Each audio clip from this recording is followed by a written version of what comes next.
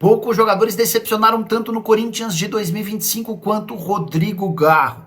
Os números dele são tão ruins que podem se comparar aos de Neymar em relação à aparição no Campeonato Brasileiro. 18 partidas para o Garro, 18 partidas para o Neymar. E olha que o Neymar teve todos os problemas físicos que você pode imaginar. Quero comparar os números do Garro na primeira temporada com a camisa do Corinthians com a atual. No ano passado, ele entrou em campo 62 vezes. Nessa foram só 33 partidas. No ano passado, 13 gols marcados. Nesse ano, só 2. No ano passado, 14 assistências. Nessa, apenas 7. E essa queda de produção do Rodrigo Garro tem alguns motivos. Os primeiros, ou o primeiro, uma questão de joelho.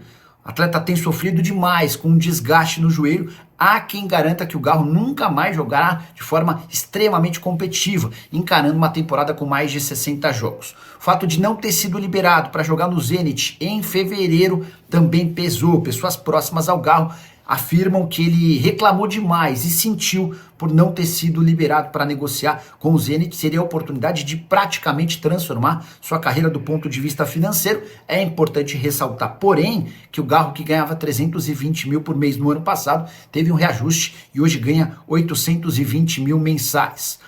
Só para completar, falei sobre os 18 jogos do Garro e os 18 jogos do Neymar no Brasileiro. A diferença é que o Garro, nessas 18 partidas no Brasileiro, não conseguiu marcar nenhum gol e deu 3 assistências, enquanto o Neymar tem 5 gols e 1 assistência. O que você acha da temporada de Rodrigo Garro com a camisa do Timão? Já usa o espaço para comentário e registra a sua opinião, beleza?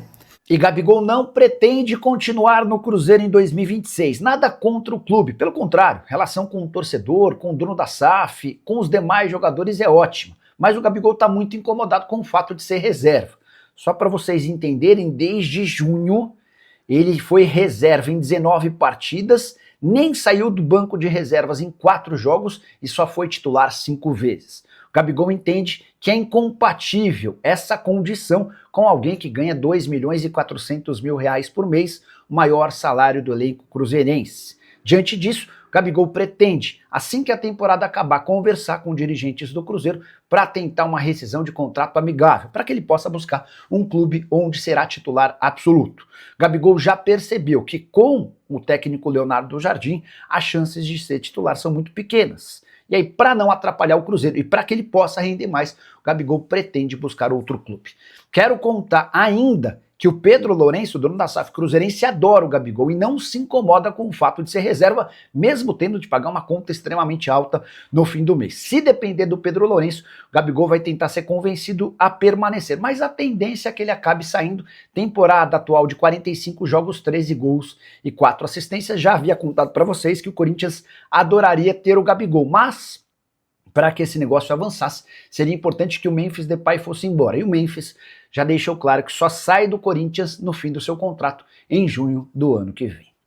E tem jogador internacional apaixonado pelo Corinthians, eu me refiro a João Cancelo, atleta da seleção portuguesa e do Al Hilal. Ele aproveitou um período de folga no seu time saudita para vir ao Brasil e mais, para visitar a loja do Corinthians no Parque São Jorge.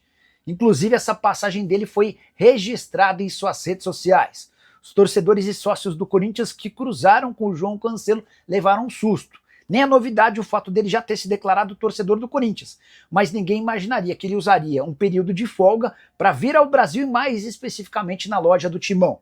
Nicola, dá para imaginar o Cancelo jogando no Corinthians? Certamente não tão cedo. Jogador de currículo gigante, com passagens por Barcelona, Bayern de Munique, Manchester City, Juventus, Inter de Milão, Valência e Benfica, e que está ganhando dinheiro como nunca no futebol saudita. Talvez mais para frente, antes de se aposentar, essa vontade de defender o seu time do coração possa acabar pesando. Quero te atualizar agora sobre uma especulação bem grande dos últimos dias. Pedro Rocha pode virar reforço do Corinthians? O artilheiro da Série B não fica no Remo, já havia trazido essa informação para vocês ao longo da semana. 15 gols e 8 assistências na segunda divisão, o contrato se encerra agora no fim desse mês. Pedro Rocha, que havia sido alvo de uma proposta do Corinthians em setembro, na oportunidade com o Remo pedindo 3 milhões de reais. E também por conta do Transferban, o Corinthians não conseguiu avançar nessa negociação. Dá para contar que o Corinthians segue monitorando os passos do Pedro Rocha e torce para que ele não feche com ninguém, mas Hoje a prioridade no Parque São Jorge é resolver seu transfer ban. Timão está impedido de registrar novos atletas enquanto não pagar cerca de 85 milhões de reais. 41 milhões para o Santos Laguna, 44 milhões para Matias Rojas. Assim que resolver essa pendência, o Corinthians vai ao mercado em busca de jogadores de graça, como o Pedro Rocha. Então, a grande verdade é que o Corinthians não pode se acertar com o Pedro Rocha enquanto não resolver o transfer ban e torce para que o atleta não feche com ninguém para estar disponível no mercado. Hora de falar sobre o Corinthians, que cogita pegar empréstimos em bancos para o pagamento do transfer ban. O Corinthians precisa arranjar 85 milhões de reais para resolver duas pendências que o impedem de registrar novos atletas. Ainda que o Corinthians queira contratar jogadores, eles não podem ser inscritos por conta de 41 milhões de reais de dívidas com o Santos Laguna, referentes à compra do zagueiro Félix Torres, e mais 44 milhões de reais de pendências com o Matias Rojas, meio atacante paraguaio que passou sem nenhum destaque no Timão. Pois bem, o Corinthians até tem algumas receitas para receber nas próximas semanas. Vai vir grana, por exemplo, da LFU, a Liga Forte União, referente à classificação final do Corinthians no Campeonato Brasileiro. Timão também cogita ganhar um prêmio bacana na Copa do Brasil. Se for campeão, por exemplo, ele fica com 77 milhões de reais. Há uma série de outras pequenas receitas, mas o Corinthians tem muitos pagamentos para fazer.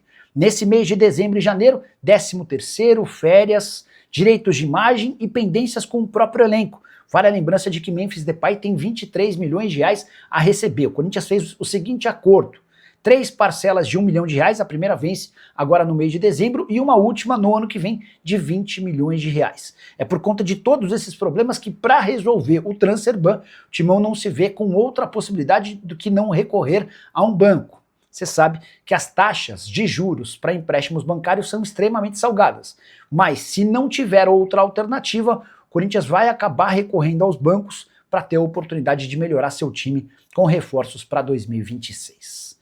Preciso te atualizar agora sobre o Corinthians, que segue revolucionando as categorias de base. A ideia é acabar de vez com tudo que foi plantado por Augusto Melo e companhia. Nos últimos dias, o Corinthians dispensou quase 50 atletas das categorias sub-12 e sub-13.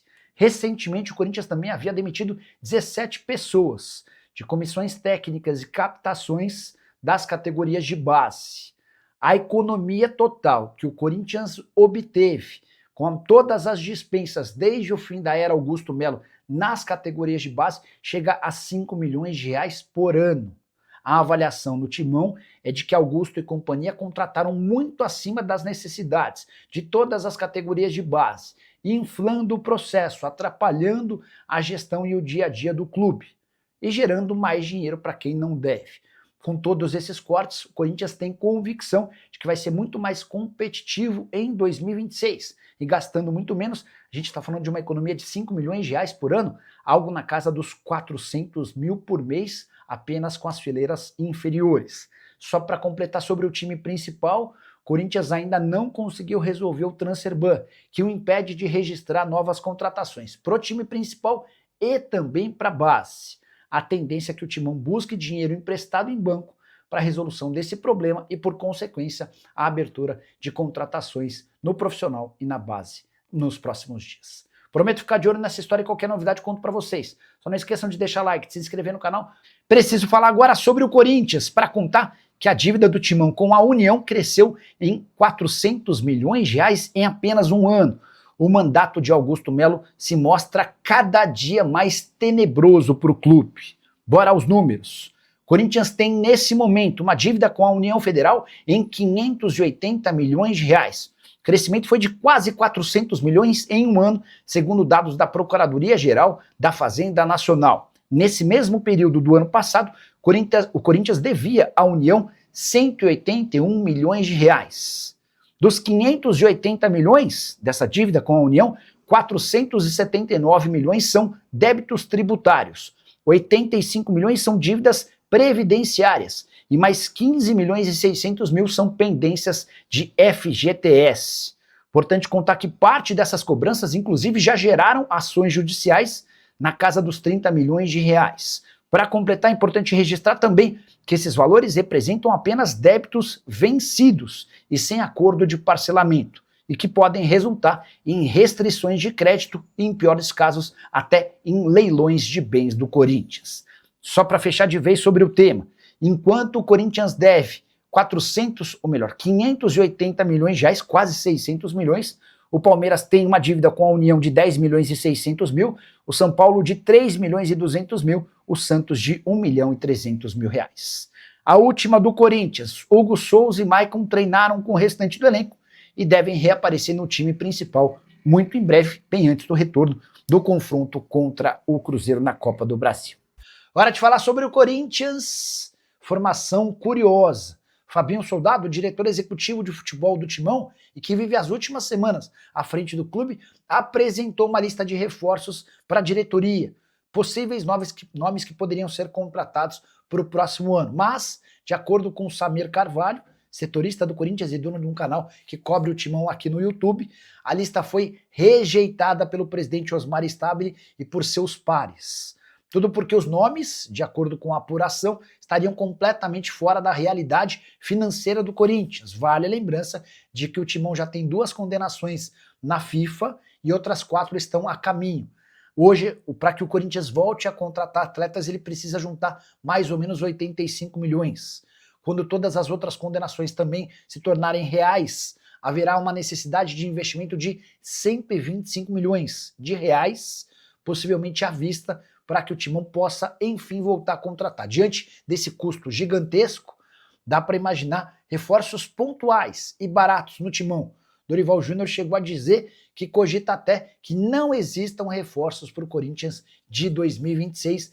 Parece que o Fabinho Soldado deu mais um deslize. E a relação dele com dirigentes do Timão, que já não é das melhores por conta do seu custo, quase 400 mil mensais, além da relação com Augusto, ficou ainda pior. Fala pessoal, estamos aí com atualizações importantes do Corinthians.